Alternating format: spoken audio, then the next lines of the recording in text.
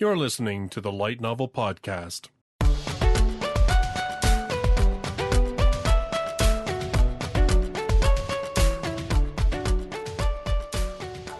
Visit us online at lightnovelpodcast.com. Good evening, everybody, and welcome to a special episode of the Light Novel Podcast. Sort of unplanned, but, Anime Expo Lite happened this past weekend, and between that and a little bit of Twitter storms from Cross Infinite World and Seven Seas, and announcements from Young Press as well as from J-Novel Club, we find ourselves, after 4 days, with 22 new light novel licenses. So we thought, hey, it's 22 books. Maybe we should say something about it. It seemed a little long for just a typical news segment at the start of an episode. So we're going to be talking about that. I, of course, am Justus R. Stone, and with me tonight I have Bio Gundam.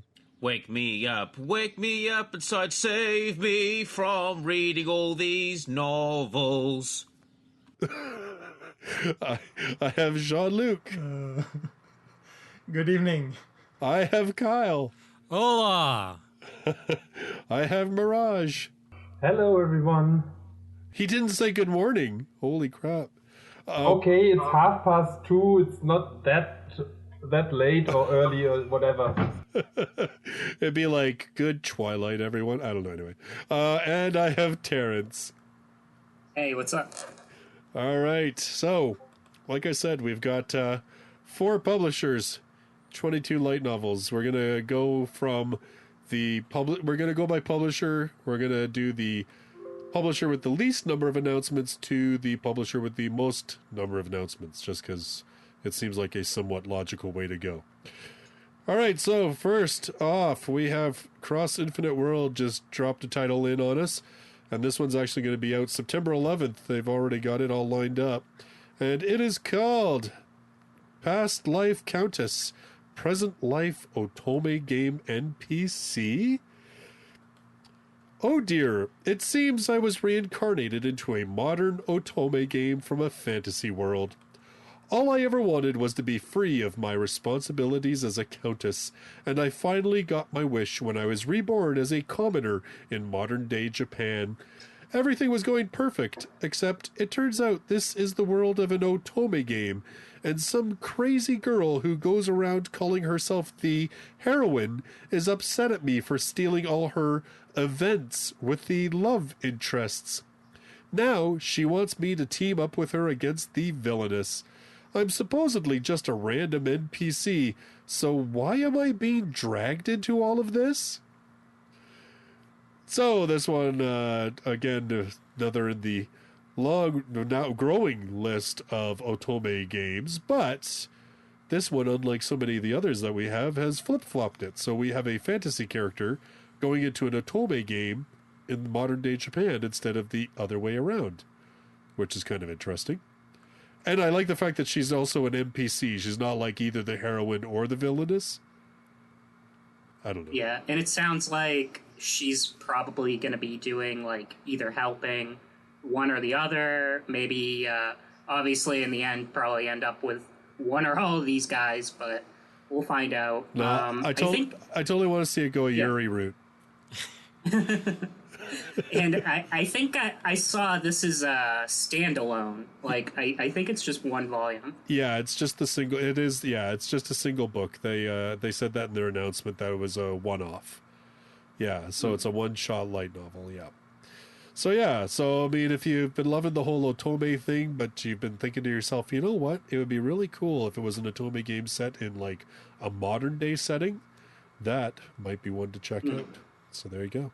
All right, so moving right along, we've got Seven Seas that brought us 4 titles. Man, Seven Seas, I never know what to think about Seven Seas. Like sometimes they come out with these ones that, like they'll come out with like Mushoku Tensei and Classroom of the Elite, and then all of a sudden they come out with Bare Naked in Another World, and I don't understand. Starting off, staying with that whole kind of quirky, weird, I really don't know. Muscles Are Better Than Magic. This one is written by Dore Neko with illustrations by Relusi. It looks like Anime Planet says this one's complete with 3 volumes. That's good. I haven't really... Well, I haven't been able to do much more research than that, so I don't know if that's accurate or not, but So that's from what what they I say. found, it's 3 volumes and all of them came out in 2017, so it's plausible. So, yeah, it's most likely then complete. All right, so for 10 years, Yuri has lived alone in the forest, training his muscles day and night to hone his body into the ultimate fighting machine. But when the beautiful elf Philia stumbles upon his home, she begs him to help her escape the forest. There's just one problem. Yuri's never left the woods. And besides, this odd couple can't seem to agree on anything. It's the beginning of a wacky journey through strange lands and stranger adventures. 7 Seas also licensed the manga of this one, and they are projecting that they're going to release the first volume in January of 2021. That'll be probably the print release. They'll probably release like a ebook version in around like November, because they're usually about a month and a half, 2 months before. So yeah. Anybody have anything to say? Go ahead. It kind of reminds me of, you know that old anime, Louis the Rune Soldier? No. I've No? heard of it. Never but saw not- it. I do. So Oh, Kyle's got you. Oh, good. Like it's basically like a dude that all of his gene comes from. No.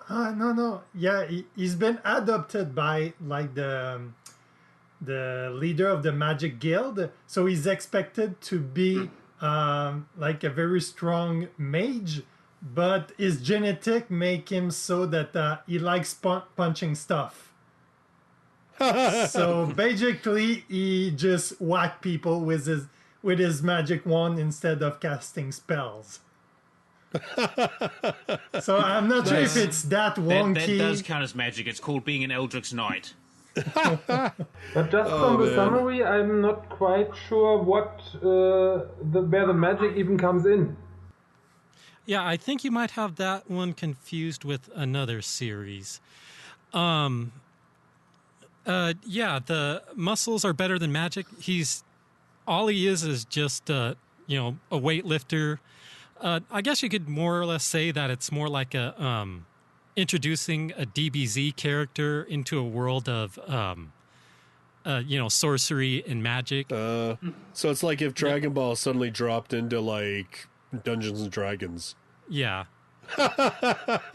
Although, so the whole Super Saiyan thing, that kind of like, that is a little magic kind of thing. I mean, it's not quite the same as just like punching stuff.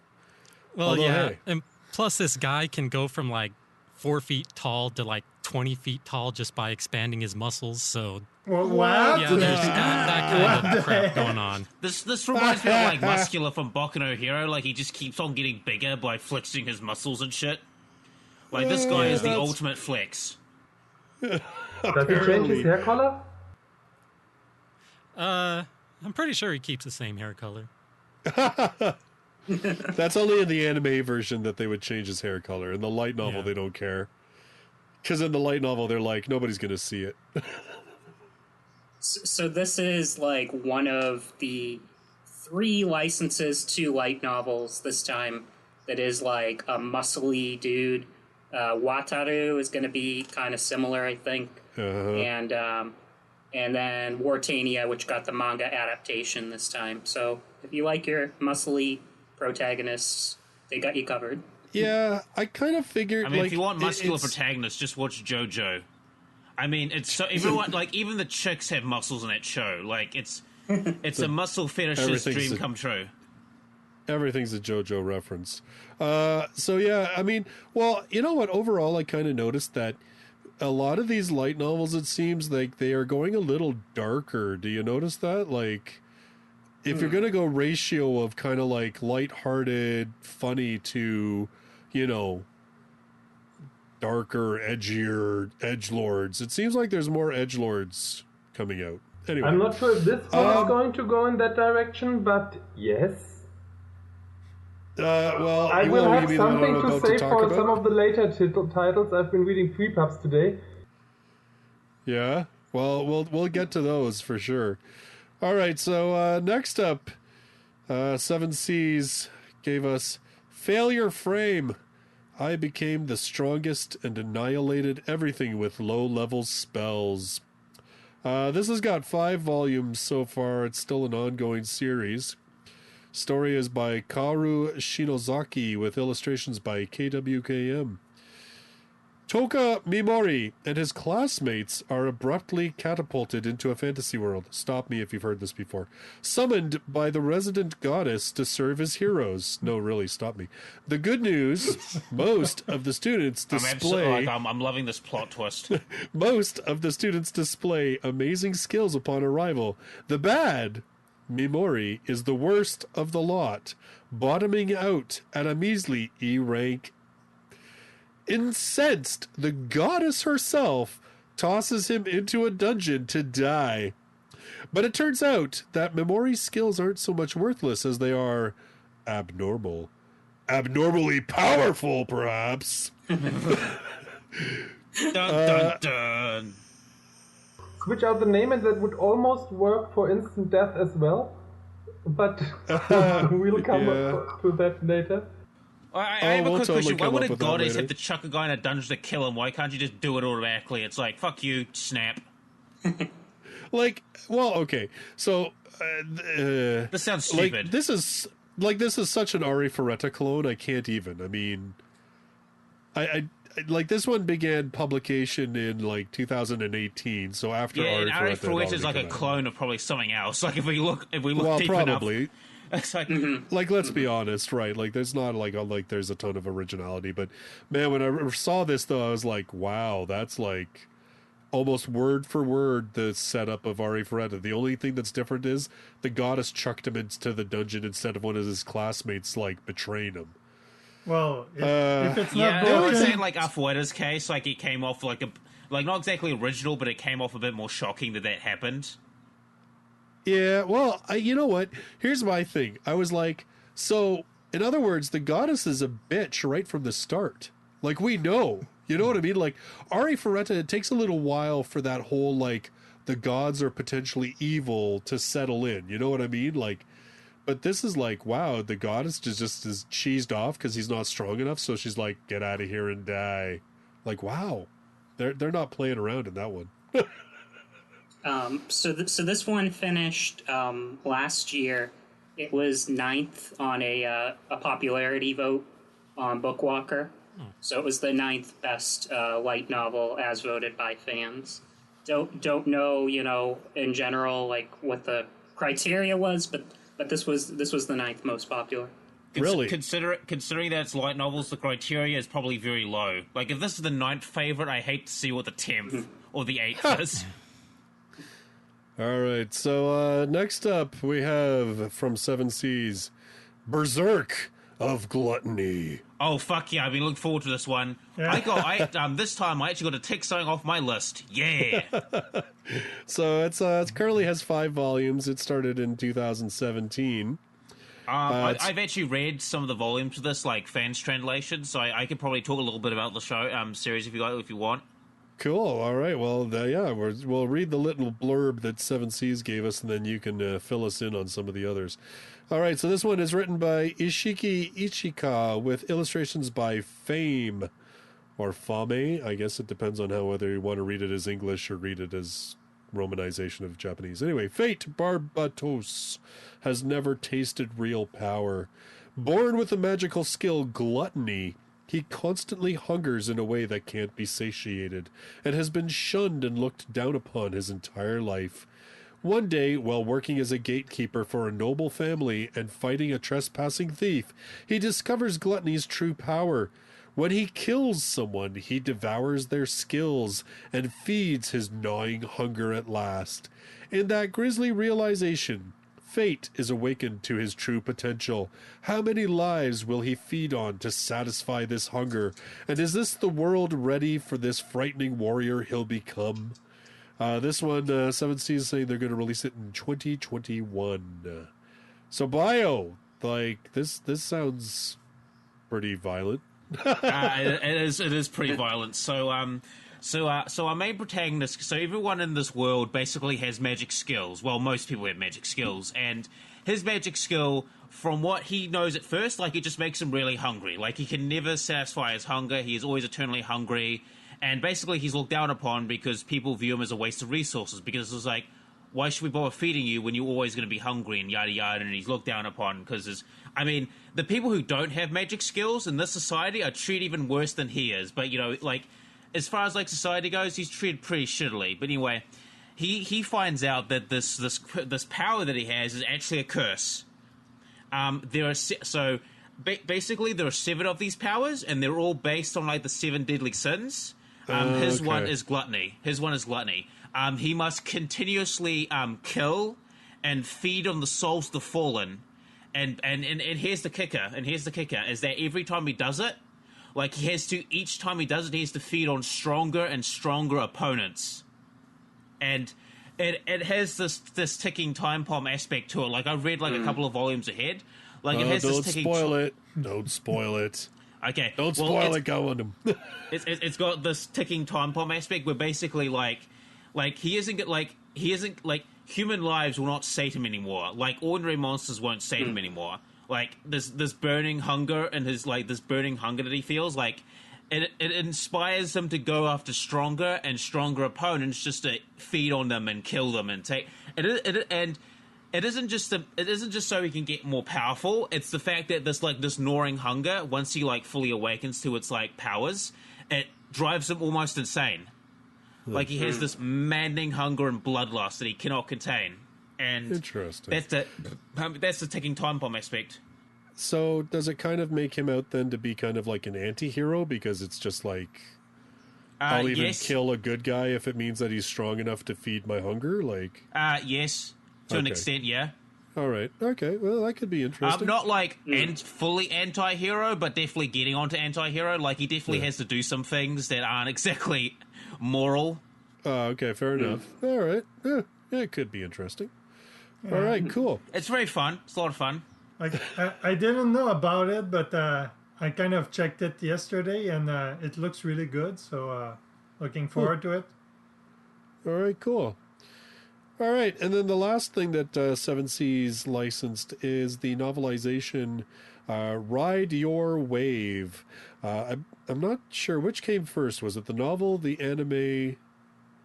I believe the movie came first, the way they were talking about it on Twitter. Yeah, that's a movie novelization. Okay, so that's okay. I was not 100% certain on. So this one is written by Masaki Yuasa with illustrations by Mika Toyoda. New college student Hinako, who moved to a small seaside town to surf and have fun, finds herself falling in love with firefighter Minato after he saves her from a fire. Their young romance comes to an abrupt end when Minato drowns, but in her grief, Hinako discovers that singing a song they used to perform as a duet summons Minato into the nearest body of water, be it a puddle, glass, or bathtub. Will Hinako be able to reach Minato again? Okay, so yeah, here they've got originally released as an anime movie by visionary director Masaki Yuasa, which ran in North American theaters. These books are the perfect companion to the film, coming to English language Blu-ray. They even have to advertise the Blu-ray. Okay. Yeah, so they've got both the light novel and the manga adaptation. So these ones are film adaptations then. So I didn't see the movie, but I did see the trailer for it. It looked kind of interesting, honestly. I mean, a book about surfing, I mean, we don't get that very often, so at least it's different. Yeah, I don't know. Like, I don't know if I'd want to read this in book form, because, like, I feel like it's one of those ones where the appeal is the ocean and the waves, and I'm not saying that you can't capture it, maybe in but it's written like text, the visuals, right? Yeah, I feel like it's a very visual, at least from the trailer and stuff. It looked very visual oriented. And I'm not saying there's not a story. Obviously there is, but like that's a huge appeal factor. So I'd probably rather watch the movie over reading the book, just personally. Yeah, I kind of felt that way about like Shinkai with like Your Name and Weathering with You. You know, the visuals were so strong in those movies, I kind of didn't feel the need to read the books. But you know what, though? On the flip side, when I read the novelizations... Okay, so translation is that the stories are shit, but the Sakuga is okay. The Sakuga is great. Got it.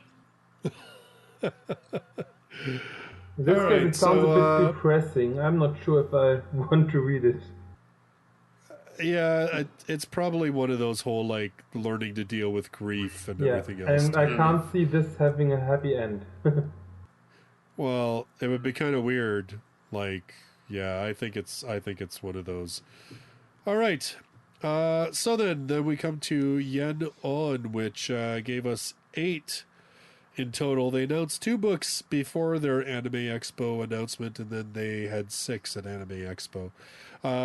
We'll go over the first 2 that they announced because they're both spin-offs of existing properties that Yen On has. So the first one is A Certain Magical Index SS. So I guess these are short stories that were published. Yeah, they're short stories and side volumes that flesh out some of the characters and some of the characters in the story, or flesh out characters that will show up in a certain index, New Testament. Okay. Did they mention exactly which side stories that they're going to be doing, or is it? Well, I think there's like 2 or 3 SS volumes, so I think this is the first one. Well, I think so when I looked this up, there's two volumes that are just Index SS, and then there's another one that's like Index SS, and then I can't remember what the hell that there's like a location associated with it or something like it's not just SS. There's one about the Anglican Church. So it's not just SS. So I think there's just the 2 books. But you know what, though? Sometimes when stuff like gets licensed in English, even if in Japan they kind of separated it, sometimes English they just license the whole thing and just call it, SS, right? Yeah, because there's the Railgun light novels too, and those are the side story ones are the only novelized Railgun stuff. Yeah, no, this is definitely just the side stories for Index, and as far as I know, I would probably only count on 2 volumes, but there is a 3rd side story volume, but I know all of the sites treated it as separate, so I don't know if it was included as part of this license or not. So I really don't know. I have no idea at all. But you know what, though? I know that a lot of people, regardless, were happy to see this because, of course, Yen has finished A Certain Magical Index. They have not said a peep about New Testament. And so a lot of people were kind of wondering if... And Genesis New Testament is like far into the stratosphere at this point. Well, yeah, I mean, it's got more volumes than the first series. But I think a lot of people kind of thought Index might be dead in the water. So I think a lot of people were happy to see this get licensed, even if it just, gave sort of the idea that their Index might still be doing well enough that Yen might be having an interest in putting out more Index stuff. Yeah, well, I do know. I do know in Japan, like Index sells like fucking gangbusters. I mean, Genesis Testament is up to its 2nd volume. Like it's being released this month. So, yeah, but it might also be a way to probe the interest. Could be. Yeah, to see whether people want to keep going in the series or not. Because, like, licensing 2 more books would be a relatively cheap thing, I bet. Yeah, yep. I can see that. All right, the other one that they licensed was Goblin Slayer Side Story 2, Dai Katana. Yeah. So this is written by Kumo Kagyu, who writes Goblin Slayer. Not a soul knows how the death and destruction started. Only one thing is certain. It came from the north. Deep within the dungeon of the dead is where the Demon King resides, and the only hope humanity has of defeating this great evil rests on the shoulders of a handful of adventurers. This tale of Sword Maiden's past smells of ash and sounds like the ringing of bare steel. So apparently Daikatana takes place a decade before the Goblin Slayer series. Goblin Slayer. Yeah, so, and I don't know, like, so, when looking at the cover, it shows Sword Maiden in the back, and she's already wearing a blindfold. So, I don't know if this is, like, set then, because of course, in Goblin Slayer, they hinted very heavily that she lost her sight because of goblins attacking her, which was why she couldn't handle the goblins. But yet, so this, it sounds like this, I'm wondering if this is after the fact. I think so, because she was kidnapped by goblins before she got strong enough to basically wipe them out with a flick of her hand. Yeah, that's what I thought too. So, okay, so yeah, so well, I mean, this, it says they're going to fight a demon king.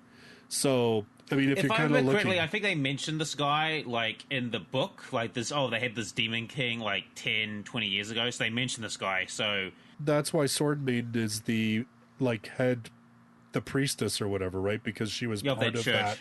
Yeah, the part of that party that destroyed the last one. The last Demon King. And so we know that there was a new Demon King, and that was destroyed by the hero that we see, like, really briefly. I mean, okay, I'm not up to date with Goblin Slayer, but, you know, obviously she wasn't the focus of the first, like, 5 or 6 volumes. So yeah, so it's, you know, again, the first side story of Goblin Slayer was, of course, the origin story of Goblin Slayer. So this is kind of which neat, is actually pretty good, by the way. Like, it's pretty good. Like, it actually sort of showcases what he was like. Like, if you think Goblin Slayer Volume 1 was bad, you should see what he was like 5 years ago. Oh, great. He's made a lot of progress. Oh my, okay. That's kind of scary. All right. All right, so yeah. Next up, we've got From Yen On. These ones are not spin-offs. They're all... These were the 6 that they announced, brand new licenses. First up is The World's Finest Assassin, reincarnated in a different world as an aristocrat. It's written by Rui Tsukio with illustrations by Raya. This one has 4 volumes currently released in Japan. When a great assassin is reborn in another world, he finds himself the heir to a long line of killers from the shadows. With both his modern-day knowledge and experience and the special magic and techniques of this world, he could very well become the most unstoppable assassin in history. This quirky isekai light novel series follows a reincarnated assassin who is tasked with killing the hero of another world. As an unconventional story told from the point of view of an anti-hero, this series appeals to fans of recent light novel hits such as The Genius Prince's Guide to Raising a Nation Out of Debt. That was Yen Press's notes on that. I don't know whether I would compare the two, because Genius Prince sounds a little more comedic than this one, but still. I mean, this one sounds like up my alley. Like, you got this badass assassin from our world who's reincarnated as a medieval aristocrat, and now he's going to murder the good boy hero, Goody Two Shoes. Sounds great. I want to read this. So he was an assassin in our world, which I guess apparently then he was isekai to assassinate the hero in another world, but where he reincarnated as was a line of assassins in that world. So it's like he's an assassin reborn as an assassin. Okay, so basically a while back I checked it out a bit. Seems like it's a kind of John Wick type of guy, but that's going to retire. And the equivalent of the eye table, they want him out. So basically he gets assassinated before retiring, and then you have a goddess who appears before him, and she wants to send him to another world. And the first thing he says to her, "Okay, so who do you want me to kill?" So basically, like he's an old retired assassin that's reborn to be yet again an assassin, but this time to kill the hero. But once the hero has done his job as a hero, so like from what I read, like it seems like there's kind of not a double crossing thing, but like the goddess isn't playing fair. So he asks a lot of questions, but she doesn't really answer. Like he thinks that he's not the only one that she sent. And when he asks how many, she does not respond. So, like, down the line, there might be some interesting going on. So, that actually sounds really cool. Yeah, well, the main premise is that when choosing a hero to slay the Demon King, she originally picked the wrong person, and this guy the hero is gonna end up turning into a total tyrant. So he needs to be stopped. So that's why she goes to the world's greatest assassin in our world, because she's going to need someone to kill the hero after the hero kills the Demon King. Oh, okay. You know, it reminds me of those series, like those edgy, like, revenge series where, like, oh, the hero got betrayed and shit like that. Except it's from the point of view of the guy who's doing the betraying. Yeah, more or less. Yeah, but like I didn't have the feeling of an edgy thing. Like it's like it's not like he's killing people out of edginess. Like he's killing people because it's his job.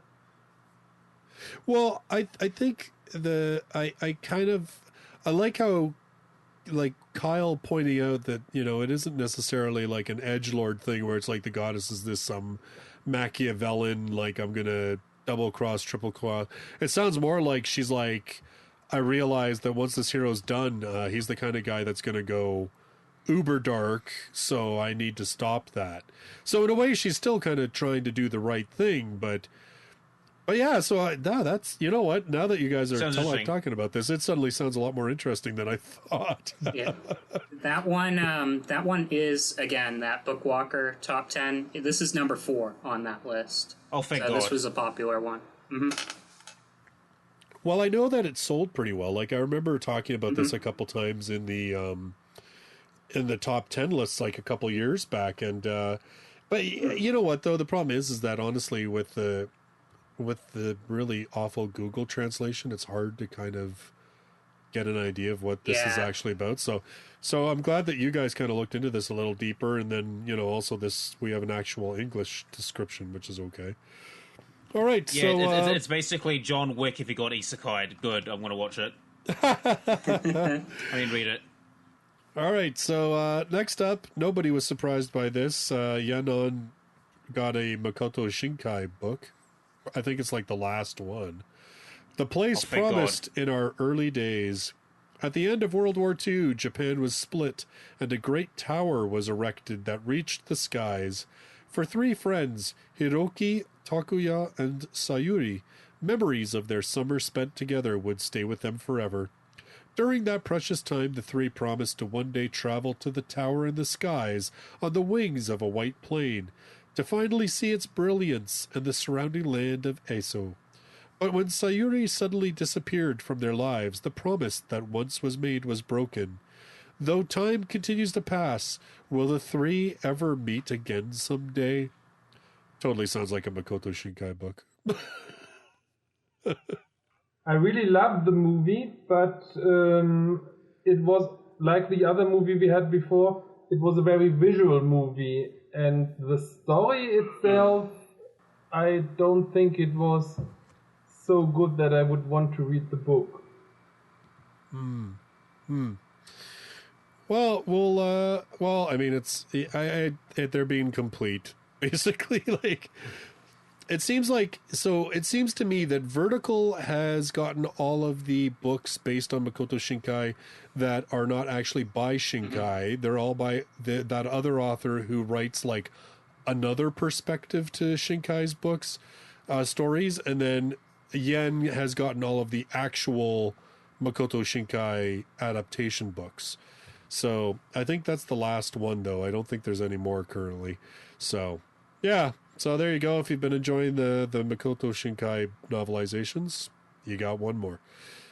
All right, next up, we've got The Angel Next Door Spoils Me Rotten.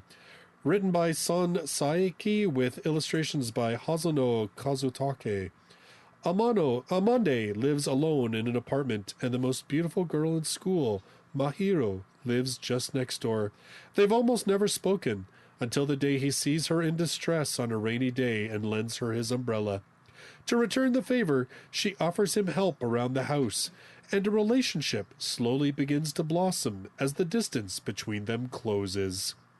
Currently 2 volumes in Japan of this one. It is being compared kind of favoritively to bottom tier character Tomozaki. So, and I know that Alex from Tentai Books was saying on their forums that this is really good.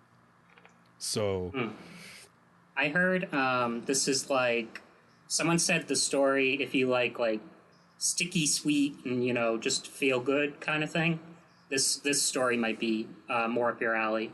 Huh. Well, I mean, it was on Kono light novel Gasugoi, the most latest one. Mm-hmm. So, so I mean, obviously, it's getting some recognition on the Japan side. So, you know what? Yeah, I'm always up for some more slice of life stuff. This one and Homes of Kyoto, I think they were the only real world stories. So again, you know, if you do want to see more of those, I think these would be good ones to support. Well, I'm guessing Tomozaki must be doing okay, because that was like during Yen Press when they did their Anime Expo Lite thing. That was what they were kind of hammering home. They were like, "Oh, if you like Tomozaki, this is a book to check out." So I'm kind of like, well, if you guys are trying to appeal to the fan base of Tomozaki, the fan base must be okay. Must be a good size. So that's good to hear, though. I think that's pretty cool. All right, skipping, I'll go to this one. So next up, we have King of the Labyrinth. This is written by Shien Bis with illustrations by Yoko Meguro. There's currently 3 volumes in Japan. On the 10th floor of the labyrinth awaits the Minotaur. Many brave adventurers have challenged this great beast. All have thoroughly failed. More, demands the powerful monster. Send me more powerful opponents. This creature blindly pursues strength at any cost. Perhaps it will even grow strong enough to surpass the rules of the labyrinth itself. Can any adventurer hope to stand against such a mighty creature? So this is actually the Legends line, the one that J-Novel Club licensed a whole bunch of stuff from a couple licenses ago. So a little bit more like adult type books. Like they don't have any interior illustrations. They just have the cover artwork. And they sound like they're a little higher brow fantasy type stuff. Yeah, I heard Sam stayed away from this one. Again, I heard on the Discord about this, that he stayed away from this one because the cover looked a little more like tradition. Like, it doesn't really look like, you know, anime. It doesn't scream anime, at least, when you see the cover. No, yeah, it doesn't. And actually, the other covers, like of volumes 2 and 3, are the same. They still have that same sort of style to their artwork. From the summary, it almost sounds as if the Minotaur is the protagonist of this story, but I'm not so sure if that's the case. Yep, he is. That's what they said on the end press. Yeah, they said it was. They said the feel of it was kind of like. Oh, I shouldn't ruin it, but like, well, okay, it would have been covered in the most recent. No, it wasn't. Never mind. I was going to compare it to a part of Danmachi that happens, but never mind. I don't want to spoil something. Anyway, if you were ever thinking about, like, it would be interesting to read a story sort of from a monster's point of view that's becoming stronger and is facing off against adventurers in the labyrinth and stuff, this is the title. So, fair enough. But still, that's what it is. So, Next up from Yen, we have Unnamed Memory. This is written by Kuji Furimiya with illustrations by Chibi. As long as you're the master of that sword and I'm a witch, someday you'll have to kill me for real. As a child, Oscar, Crown Prince of Pharsos, had been cursed to be childless. At the age of 20, he paid a visit to Tinashe, the strongest witch in the continent, to break the curse. He came back, bringing Tinashe along as his protector, and in the 1 year until his contract with her expired, he got embroiled into her past and an even greater destiny. So there's currently 5 volumes of this in Japan. This was actually number 1 on Kono Light Novel Gasugoi on the Tonkobon list. This is also, if you follow Frog-kun on Twitter or any of her other blog posts and stuff like that, this is a series that I know she has just been absolutely all over. So... Oh, yeah. Yeah. Yeah, so this one, it's like a really focused, it feels like, romance story with, again, like that, like, there's like a curse on his family, I think. So, yeah, it'll be really interesting to see. I guess it's decently mature. It's been up there in the rankings, and I believe it's on its second arc now. The first 3 volumes are 1 arc. Oh, okay. So yeah, it's got a good trajectory right now. Yeah. Huh. Well, that's good to hear. Yeah, I mean, I'm the way that Frog talked about this online, I was definitely thinking this would have to be one to check out because, you know, just sounded like it was really well written and had like a lot of good stuff in it. Plus, you know, it never hurts when you have like an honest to God romance instead of a harem or, you know, a tease you romance. I mean, I'm not an anti-harem guy, but I mean, we've got 90% of our light novels are harems, so I'm just saying. Yeah, it's good to have a break. Well, a little bit of variety never hurts anybody, so it's all good. All right, and then last but certainly not least from Yen on, we have Reign of the 7 Spellblades, written by Bokuto Uno with illustrations by Ruria Miyuki. Spring in the prestigious magic school of Kimberley this year ushers in another wave of new students. Clothed in black robes with a white cane and sword strapped to the hip, within his chest he hides pride and a mission. As the sakura flutter in full bloom, the budding magicians are welcomed by a parade of magic creatures. However, they were allowed only a moment of leisure. An underground labyrinth that swallows up students on whim, upperclassmen that resemble monsters, and a faction that opposes human rights for demi-humans. While trying to survive in an ominous and terrifying place with his companions, Oliver forms a connection with a single girl with a Japanese sword strapped to her hip, the samurai girl, Nanao. The story where their 2 swords clash begins now. So this one is by the author of Alderamin on the Sky, which we've never had licensed, but it's over. But it's over, so we probably never will get it licensed unless this one sells like crazy and people scream for more of his books. In that case, we might get it. Who knows? I'm not going to buy it on that slim chance. I'll just hope to get it anyway. Alderamin, I mean.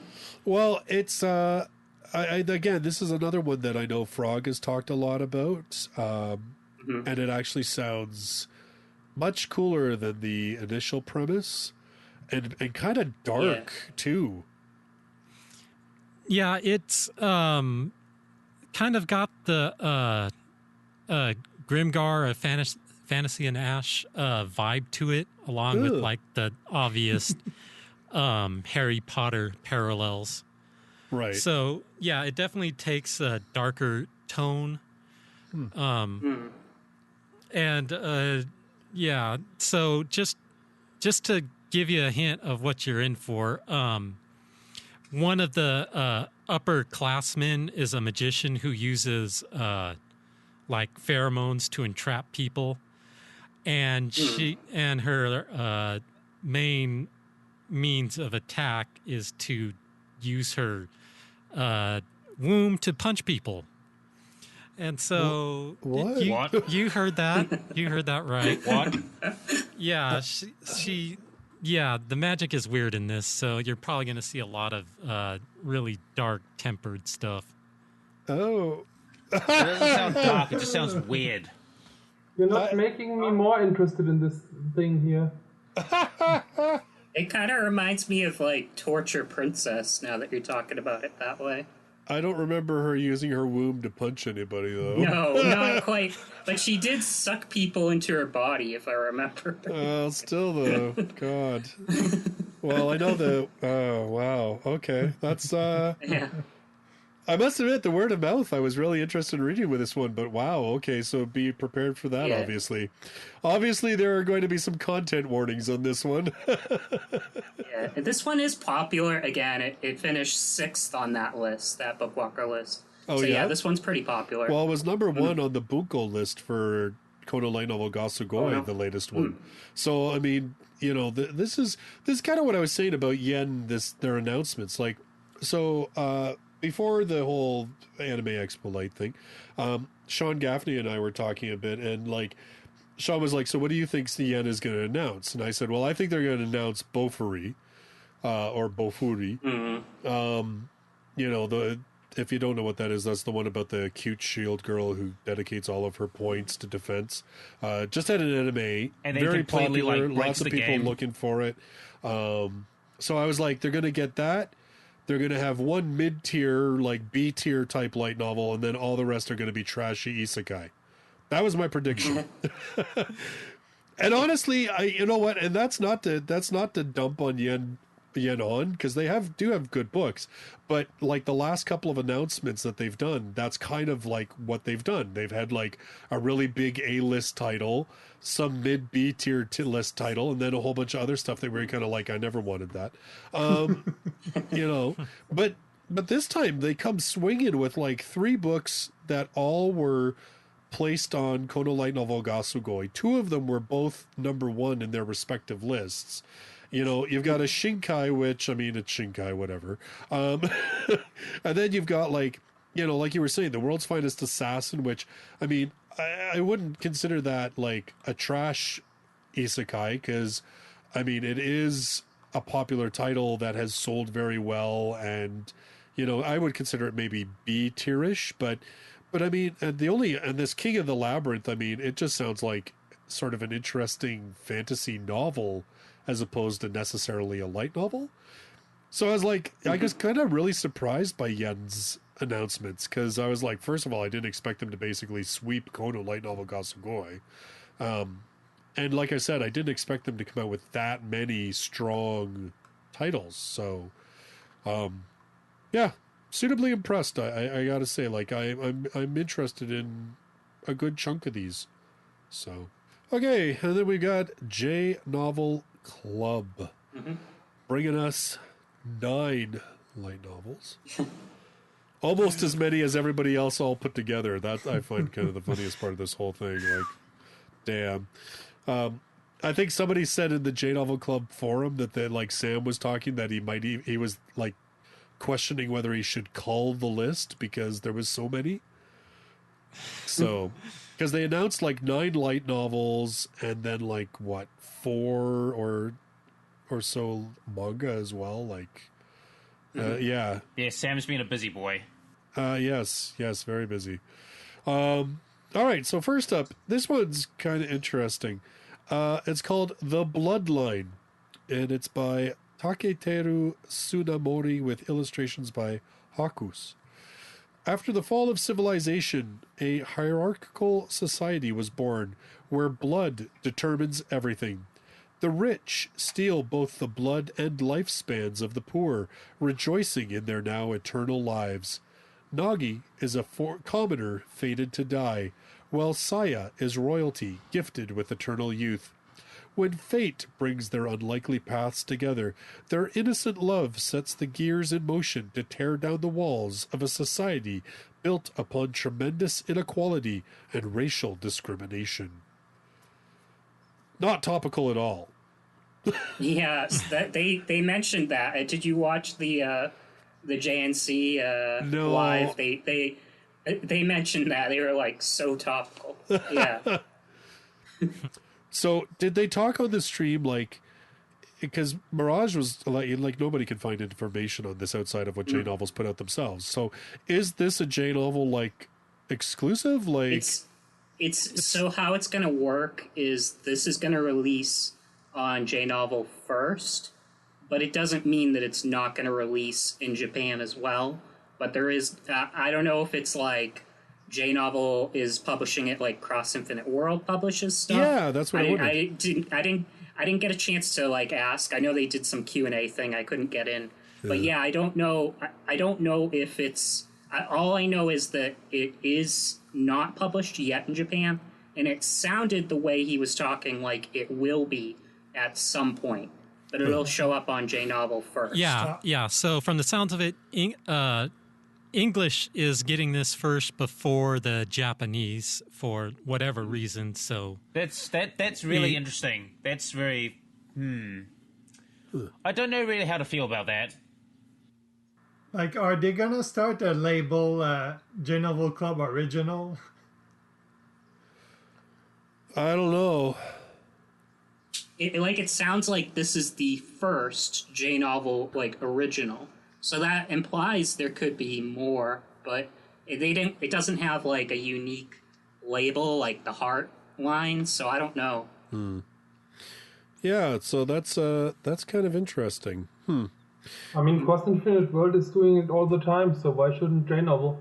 Well, but we still don't know whether this was necessarily something like that they licensed directly from the author, which is what Cross Infinite World does, or whether they somehow convinced the Japanese publisher to allow them to put it out in English first. I don't know. Yeah, what I'm curious about is like, so Cross Inf, they do everything, like they pay for the art and the publication and everything. Like, it's a lot more work, I think, than your average license. So I don't know what the deal is with this one. Like, if they had to seek out an artist for it, if J-Novel did all that, I don't know. Huh. Maybe I should send Sam an email and ask him. Yeah. Huh. Yeah, I'm very curious, because this is very, like, that doesn't happen. Like... yeah. Mm-hmm. Yeah, that's weird. And if it happens, it's very rare. Like, I'm a bit like, I don't know how to feel about this. Like, I'm like, it's not, like, I'm just really surprised that, yeah, that's just really shocking. Huh. Oh, Yeah. and the other thing, when I heard that they were doing this, it made me think of some of those titles that they only got like 2 volumes in Japan, and then they Right. stopped publication. Yeah. And so I'm thinking, like, could they license the web novel, or could they work with the author to license the further volumes of those series? Yeah. I don't know.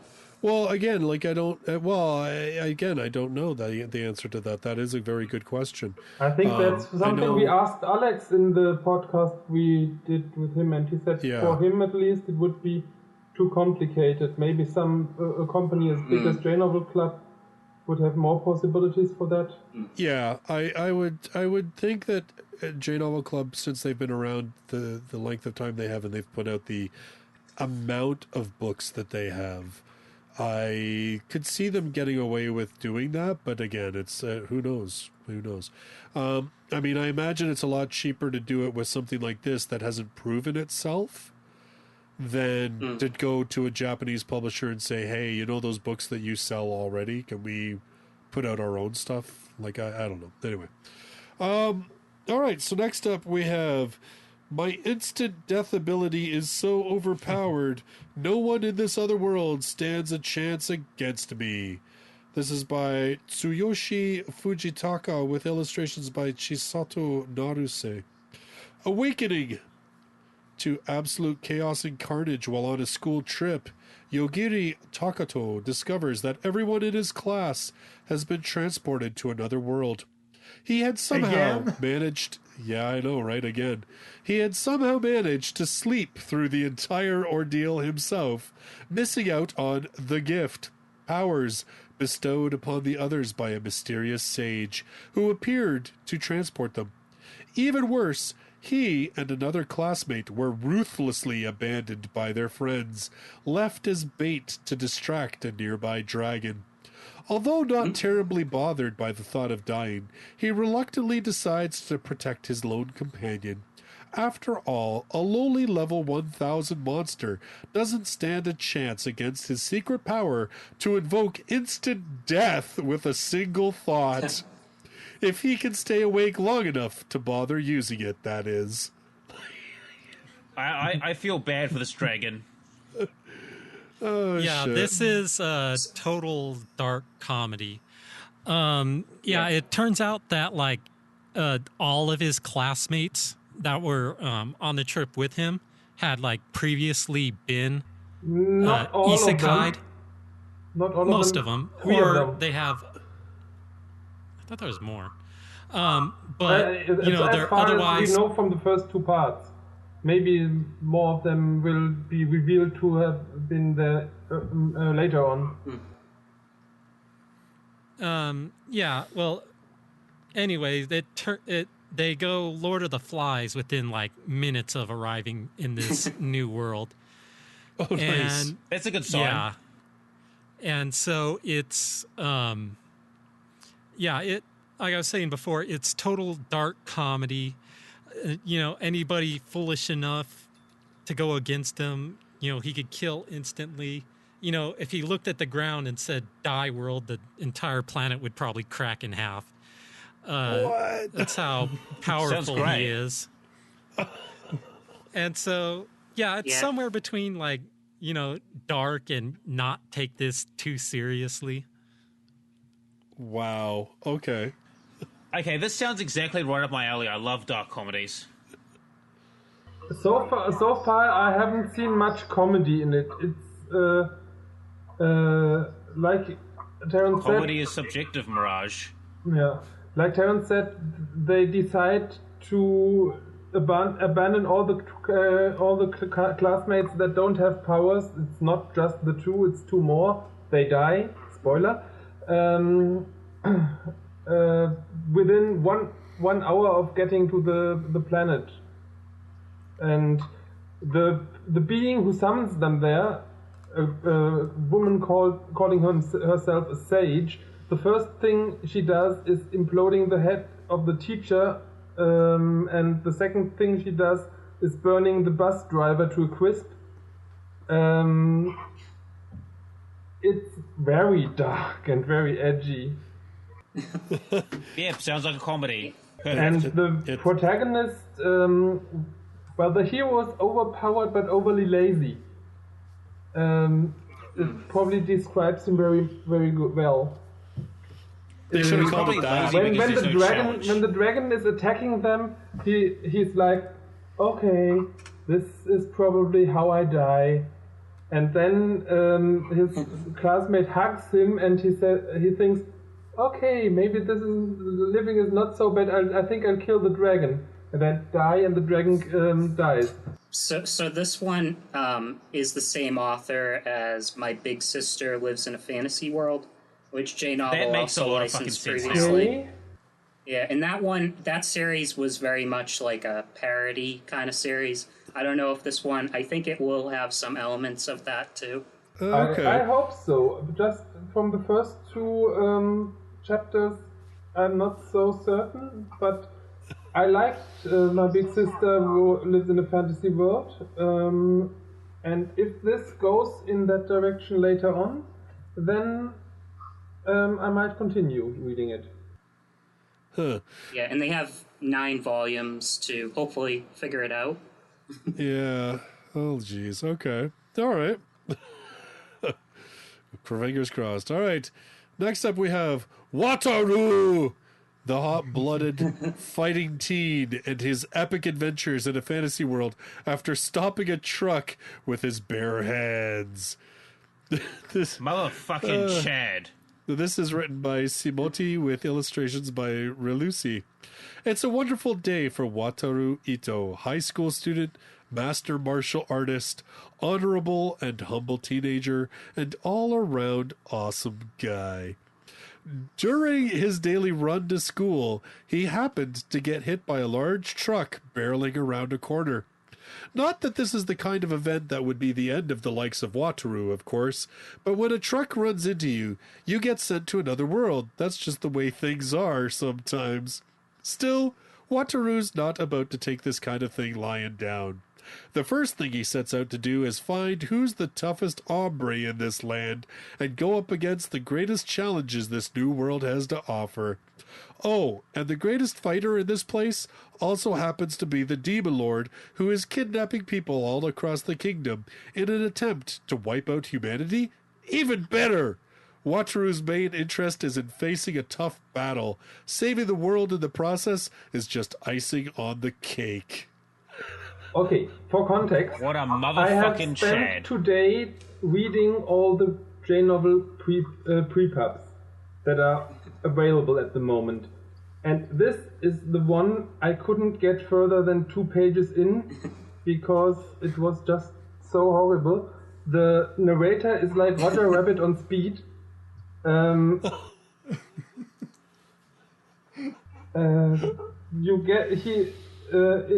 the first 2 pages, he tells you just how awesome this guy is with black belts in judo and karate and doing taekwondo and sumo as an aside, and how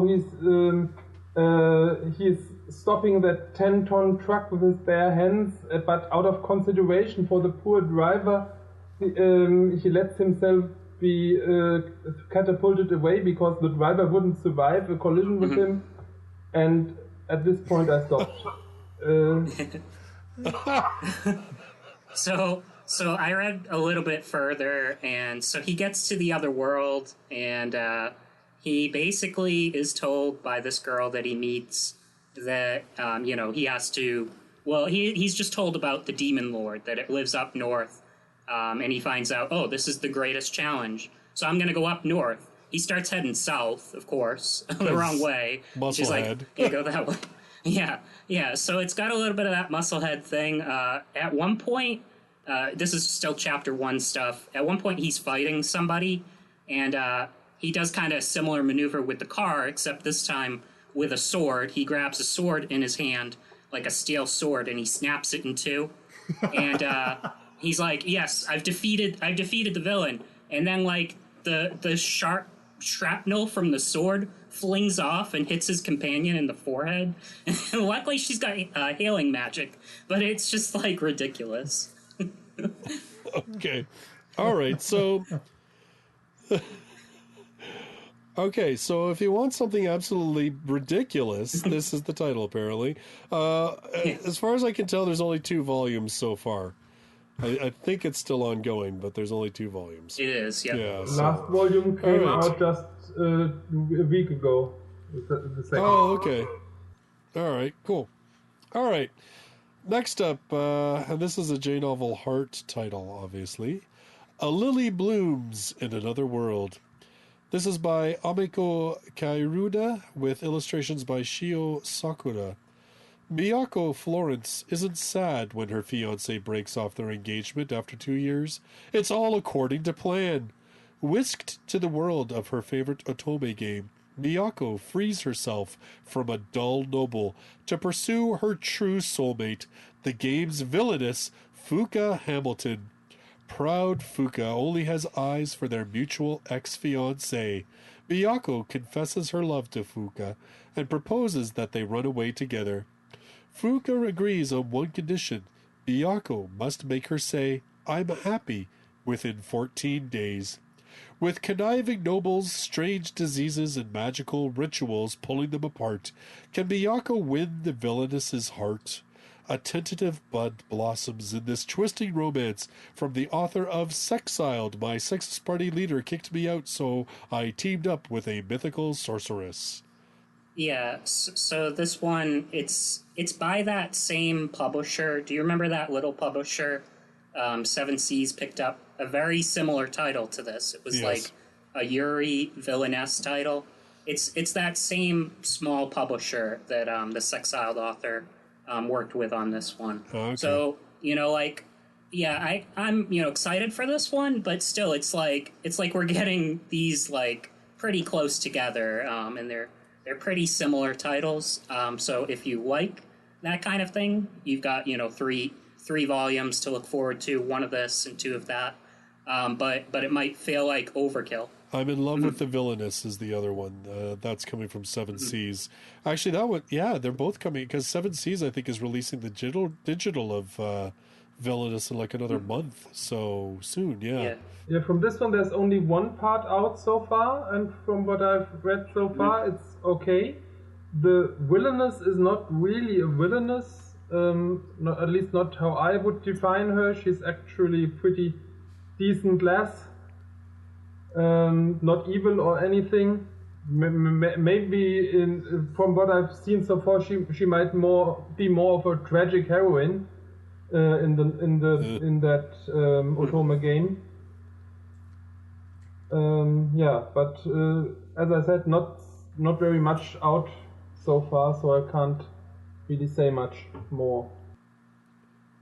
Well, let's okay, but I mean, remember too, like when we're talking quote unquote a villainous in a Otome game, it doesn't even mean that the person's necessarily like a villain. It could be that they're just that because they're the one who gets in the way of the love interests. You know what I mean? Like it doesn't mean that they're an awful evil person necessarily in an Otome game. They're basically an antagonist. Yeah. Like they're not. It's not a Disney villain type of thing. Like it's most often either a bully or just someone that's in the way of the main character achieving her goal. Yeah. Now, is this one done at only one volume? Do we know?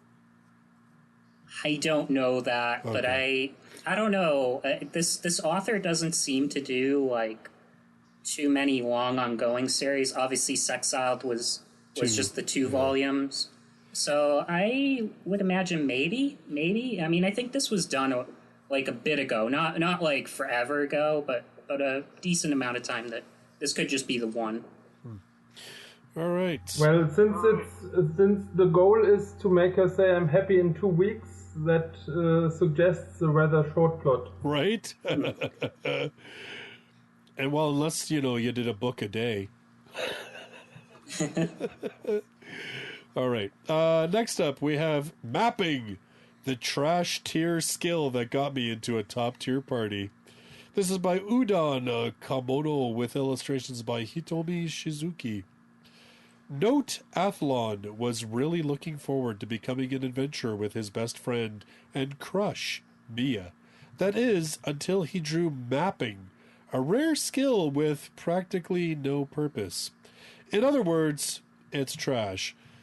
This kicks off a vicious spiral for Note, who plummets further and further into the depths of self-loathing despair when Mia leaves him. He now spends his days drinking away his earnings, wondering how things might have been different if only he'd pulled a better skill. But little does he know, his trash tier skill is about to score him an invite to a top tier adventuring party. Note's now determined to find his way through life and a dungeon in order to make something of himself. So this one currently has 6 volumes in Japan. Did you guys check this one out yet? Yes. The first 2 parts, yeah. All right. So what's the verdict? It starts okay. The first 2 parts is more or less what is in the summary. They do their first small incursion into the dungeon, but nothing really interesting so far. The skill basically is something that lets him know anything around in a 1 kilometer radius around any place he's ever visited, but it's trash because there's apparently a better skill like World Map, which lets the user know any place on the whole world. This top tier party he's getting invited to is exploring dungeons, and dungeons are not a part of this world, so that world map skill doesn't work there. And his skill is the only skill that seems to work there. So that's the basic premise. Okay. All right. Well, I mean, I guess if you like dungeon divers, that's what it's going for. It's pretty generic so far. I'm not sure. The characters so far seem nice and likable. I have no idea where the story is going to go after 2 parts, obviously, but it's something that is definitely worth keeping up with for now, especially since it's for free on Prepub. Mm-hmm. All right. So translation, read at your own risk. All right, so next up, this is another J-Novel Heart title, and that is The Sorcerer's Receptionist. This is by Mako, with illustrations by Maro. In a world of everyday magic, Nanali has always dreamed of becoming a receptionist at the prestigious Sorcerer's Guild. To achieve her goal, she needs to attend a magic school full of princes and the daughters of nobles. Determined to prove that a commoner can be the #1 student, she must compete with Rockman, the son of a duke. When she graduates, she lands her dream job, and they go their separate ways. Nanali enjoys spending each day alongside her familiar Lala and her kind co-workers, but it seems that fate won't let her escape her entanglement with Rockman that easily. So this one has currently 2 volumes in Japan. I'm not sure if it's still ongoing or not. 3 volumes. The 3rd volume came out in January. Oh, okay. I guess Anime Planet hadn't updated yet, so they only had 2 listed. I checked Amazon. Oh, okay. Oh, .co.jp? Yes. Yeah, okay. So, the first 2 parts, she's still smack in high school, and they're going through the high school phase pretty quickly. So, she's right now finishing her 4th year there. So, I guess she'll be finished with high school and starting her job after 1 or 2 more parts. So far, the high school part is pretty generic. Those 2, Alan Rockman and the protagonist, are the 2 at the top of their classes, and he's a fire mage, she's an ice mage, and they're like cats and dogs, and so far there's nothing out of the ordinary. Writing is okay, fun to read. Also, I think once the real story will probably start once the school is over and she starts her job. Right. Yeah, probably. All right. Next up from J-Novel Club, we have Black Summoner. This is by Dofu Mayoi with illustrations by Kurogin. Waking up in a strange new place with no memory of his past life, Kelvin learns that he's bartered away those very memories in exchange for powerful new abilities during his recent transmigration. Heading out into a whole new world as a summoner, with his first follower being the very goddess who brought him over, Kelvin begins his new life as an adventurer, and it isn't long before he discovers his hidden disposition as a battle junkie. From the Black Knight of the ancient castle of evil spirits to the demon within the hidden cave of the sage, he revels in the fight against one formidable foe after another. Join this OP adventurer in an exhilarating and epic saga as he and his allies carve their way into the annals of history. This one's currently got 11 volumes. 12? If Anime Planet is right. Okay, so Anime Planet, come on, guys. Update your shit. Anyway.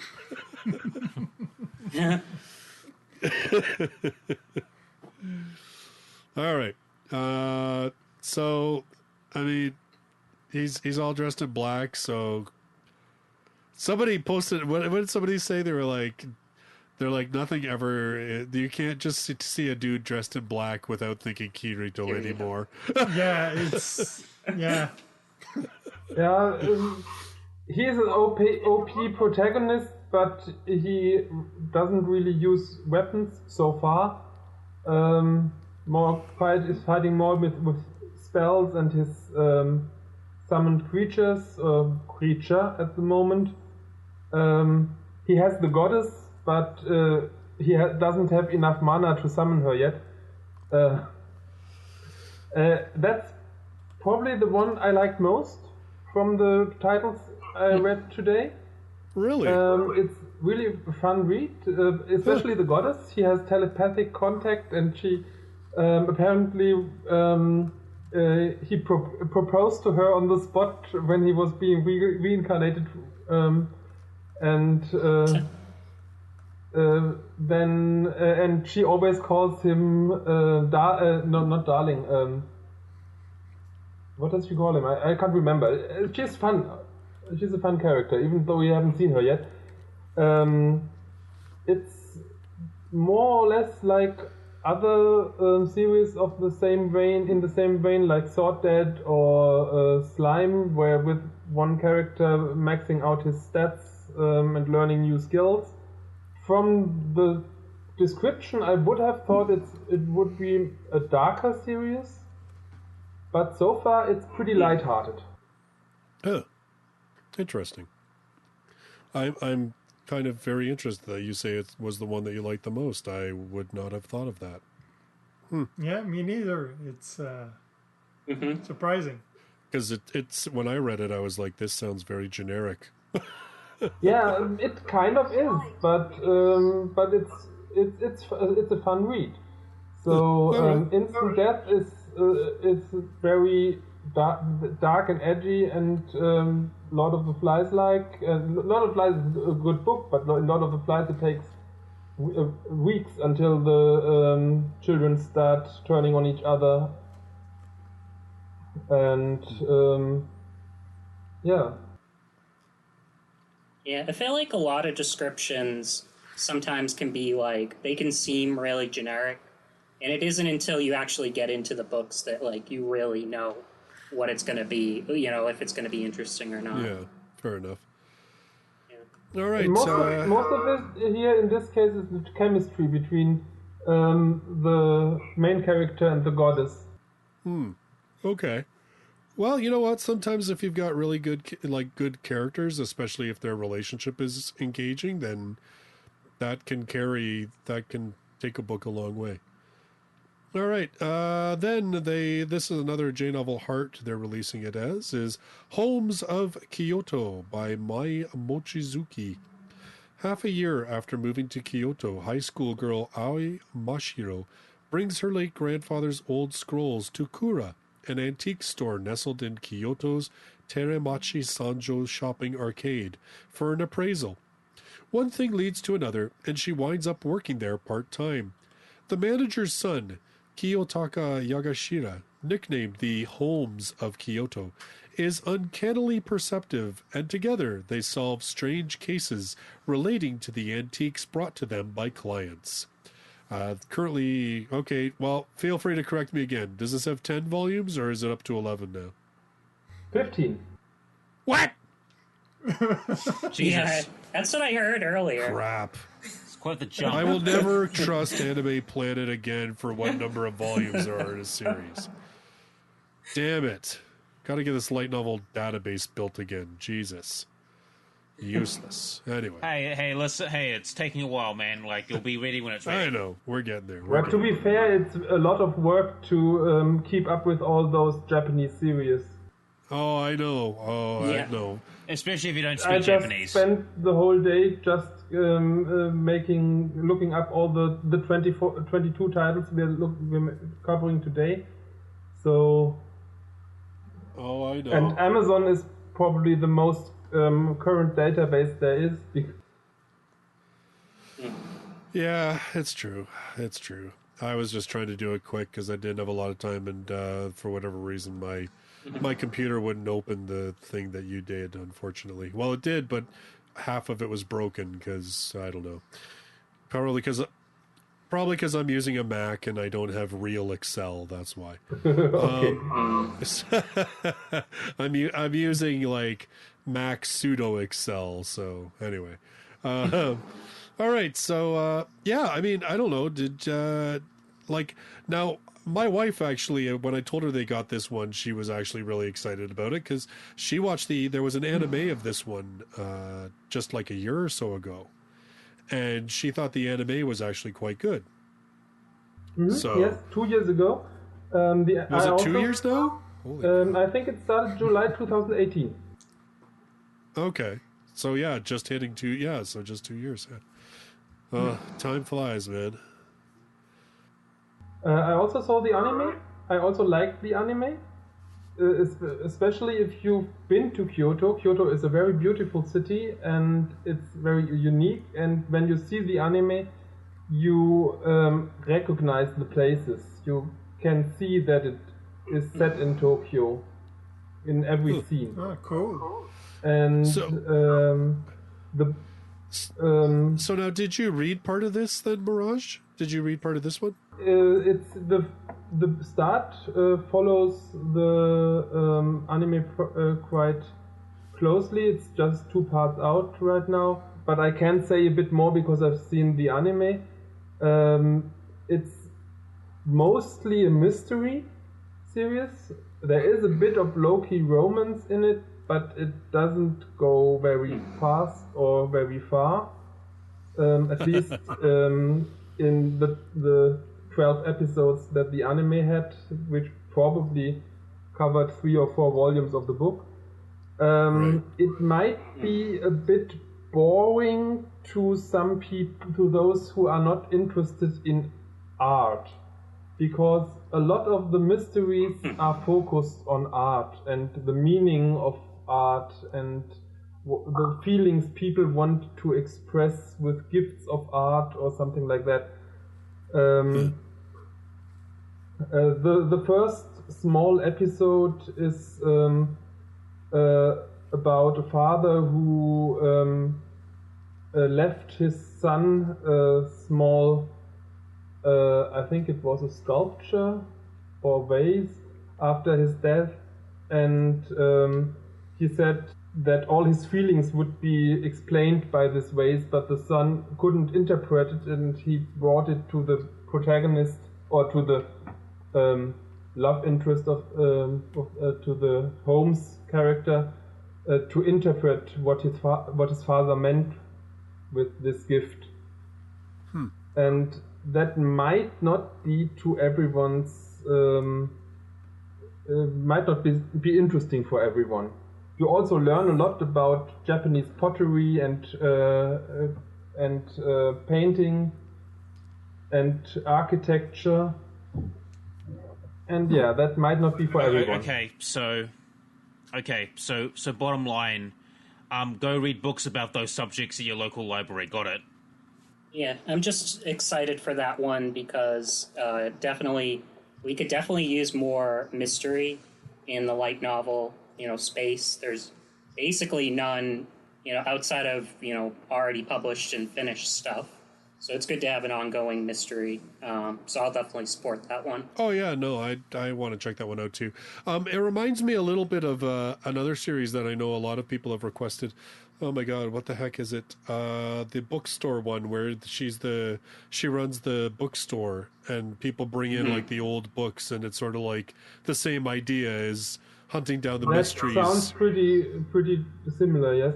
But in this case, I can just recommend that anyone who is not certain about the series just watch 2 or 3 episodes of the anime and see if you like that kind of stuff.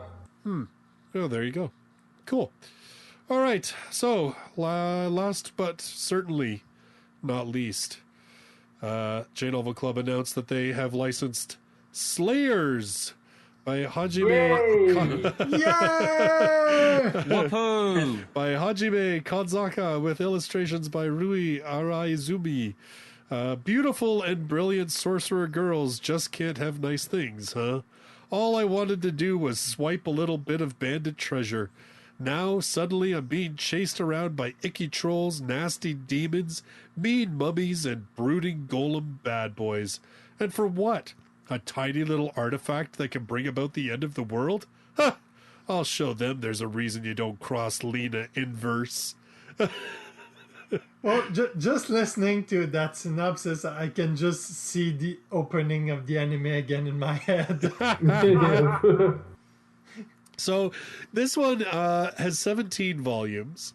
Now, interestingly enough, it started back in 1989, and it actually, so volumes 16 and 17 were written recently, but there was like a 10 or 15 year gap or something. Like there was a significant gap between the first 15 volumes and these newer ones. So it's kind of interesting. Now, one of you hopefully is maybe more familiar with Slayer's light novel side of things. Is this new cover artwork? Oh, I have no idea about the cover artwork. I can just run over to another room and get all the Tokyo Pop volumes that I have on my shelf. This is not the same artwork that was originally published in Japan. Yeah, I heard that for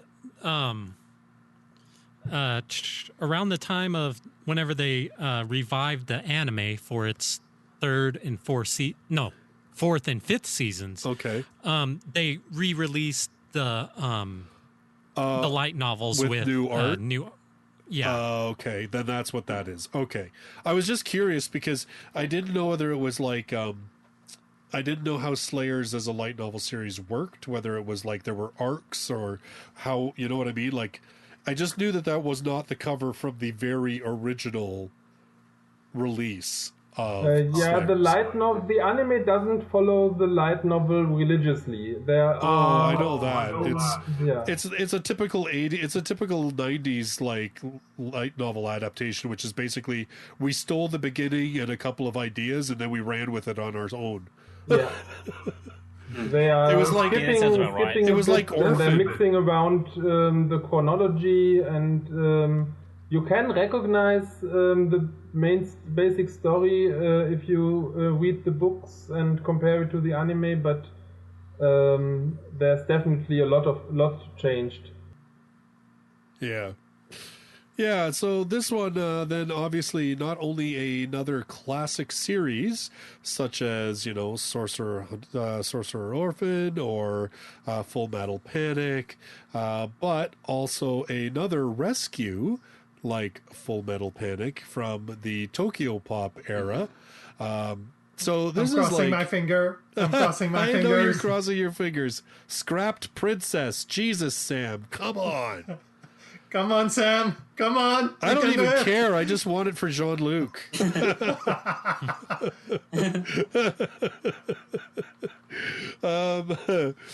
But yeah, so this is another classic series, and I'm hoping that they'll do the same thing and do maybe an omnibus print release of this, like they have for Crust of the Stars, Full Metal Panic. They said that they're gonna bundle 3 volumes, the first 3 volumes into one.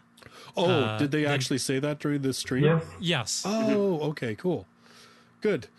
All right, that's awesome. So yeah, I mean, God, okay, so if you're old timers like some of us on this podcast, I mean, Slayers. It was the friggin' series in the 90s for anime. Yeah, it was literally the anime, in the 90s. It was one of those staples from the 90s. Oh my God, it was the flippin' you didn't know anime if you hadn't watched Slayers. That was just, come on.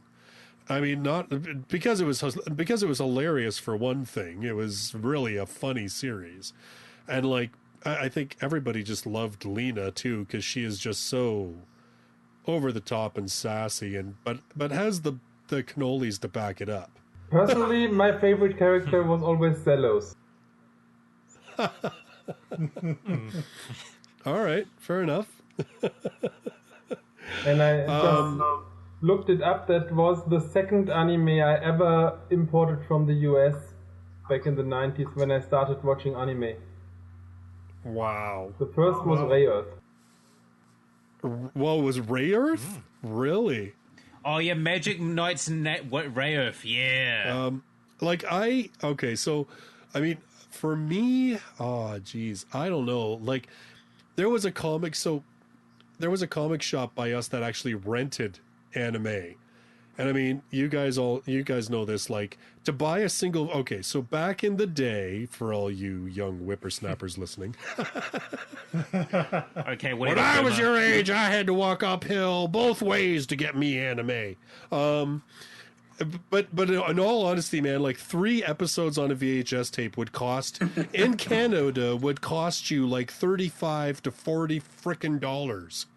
And like I bought Neon Genesis Evangelion. That effer cost me like $350 to buy on VHS, and I had to buy it like it was like 3 episodes per tape. Yeah, it was 13 VHS tapes by the end of it.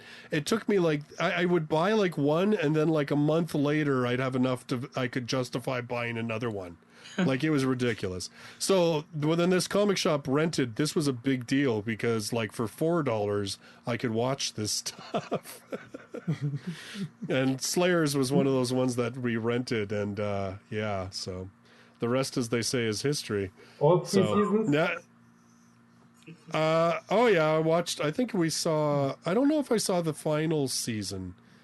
I think at that point they had stopped renting, but. Well, Justus, not to make you cry, but I was going to the Chinatown back then and getting Dragon Ball on VHS for a lot cheaper.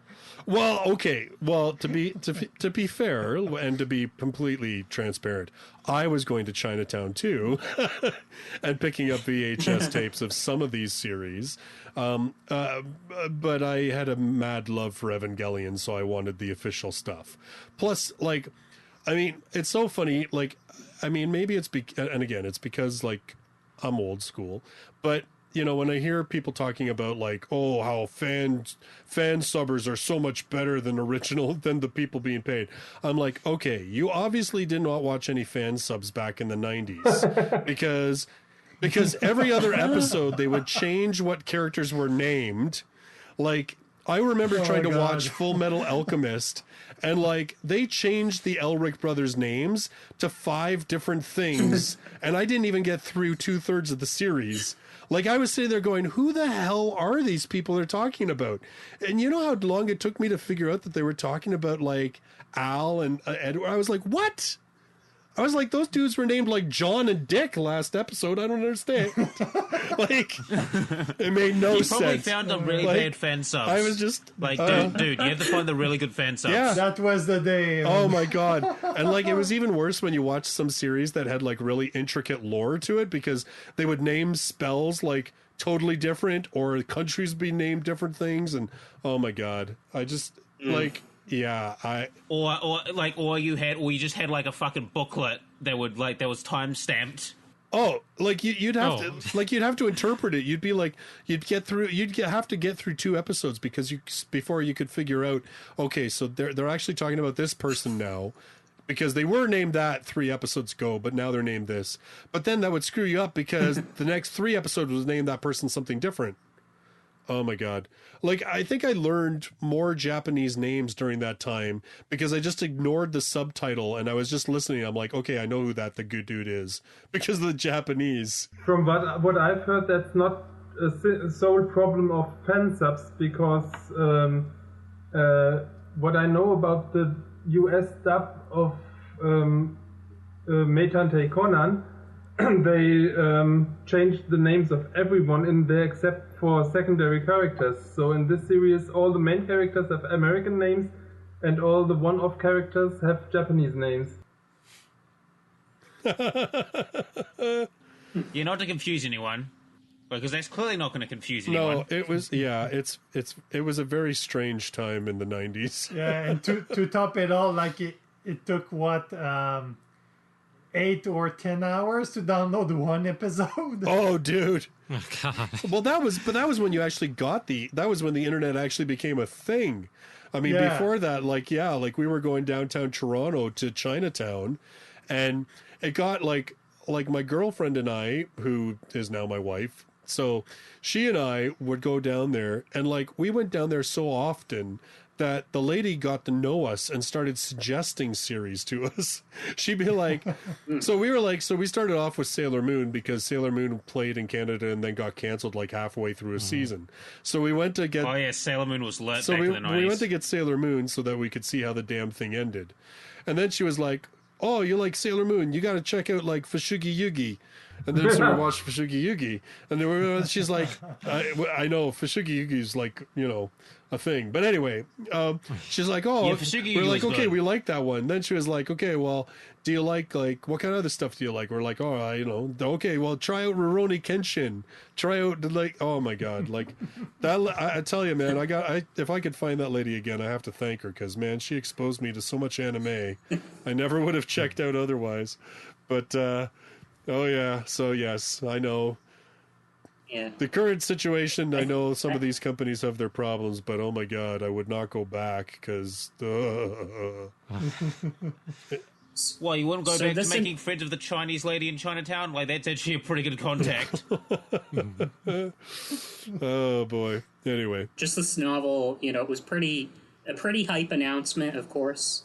You know, when it was announced on the Twitch, and I was just looking at the comments section and you know, mentioning that I've never participated with Slayers before, and people were like, "Oh man, you're in for a treat." So I hope it's going to be a great one. But yeah, it sounds like it'll probably be a lot of old fans coming back. But I think a lot of people, you know, younger, you know, like my age or younger, maybe haven't tried this before, haven't even seen Slayers before, that are going to be trying it for the first time. Listen, most anime fans have barely watched anything beyond the early 2000s, okay? well, I mean, it's a different thing. It's a different situation. Like, I mean, it was really funny because at Anime North, like a year ago, because of course this one was canceled by COVID. Oh, COVID. Anyway, yeah, but we actually did a panel that was called like, what the hell did we call the panel? It was basically like, you're too old for this, and so the whole thing was like aimed basically at old farts who like, you know, have liked anime since back in the day. And man, it just turned into a big like love fest of like, back in the day we did this, and oh, back in the day, and, you know, I had to like we had a mail chain where you'd watch the episode and then you'd mail it to the next guy in the chain. So that was how we watched anime, and oh my God, it was great. Players is a bit of a large commitment because it's over 100 episodes in total and plus movies and OVAs. So if you're starting over, then you have to set aside some time for it. Yeah, it was, but yeah, I mean, we actually had a guy in the room who was like 68 and had been like into anime since like Astro Boy aired on television. Oh, shit. Jesus Christ. We were like, oh, you're my hero. Talk about old I was hat. like, you're my hero, dude. I'm not gonna lie. Anyway, so that's all the stuff that got licensed. That's 22 light novel series / one shots. I know, and this podcast was only under 2 hours. Look at that. We did it. Mm-hmm. I know, right? We actually, like, it's almost reasonable, the amount of time that we spent. It's incredible. But, you know, what can I tell you? When we're focused, we get through things. I think it was because we were all, like, so afraid this was going to be, like, a 5-hour podcast. We're like, let's just move on. In any case, so yeah, but I mean, it sounds like there are definitely a lot of gems in this. In talking to you guys, there's a couple of series there was a couple series that I must admit I did not think that I was as interested in, but now talking to you guys, I'm thinking maybe I might have to reevaluate that stance. So cool. All right. So, you know, hey, listeners, let us know in the comments, like, what are you guys looking forward to? if you want to check out all of the announcements and take a look at the synopsis again, you can just head over to EnglishLightNovels.com. Yes, I am self-pimping my website. But EnglishLightNovels.com, I did... Yeah, the empire grows. I did do there are articles there summarizing all of the licensing announcements with all the summaries and everything else. So if you want to check that stuff out, again, you can do so. All right, so gentlemen, thank you so much for joining me tonight to talk about all of these books that we can look forward should we to bankrupting us down the road. Yeah, should we announce what we're going to do for next podcast? Sure. So next podcast is going to be a follow-up podcast on Infinite Dendrogram. Vengeance! I think we're still debating how many volumes we'll cover, but it'll be a couple. So there you go. So that's going to be our next podcast, which means I have a lot to read because I'm totally behind on Infinite Dendrogram. So, in any case, gentlemen, again, thank you for joining me, and to you listeners, thank you for listening. I hope there's something on this list that has you hyped, and we'll talk to you again. Till then, bye-bye for now.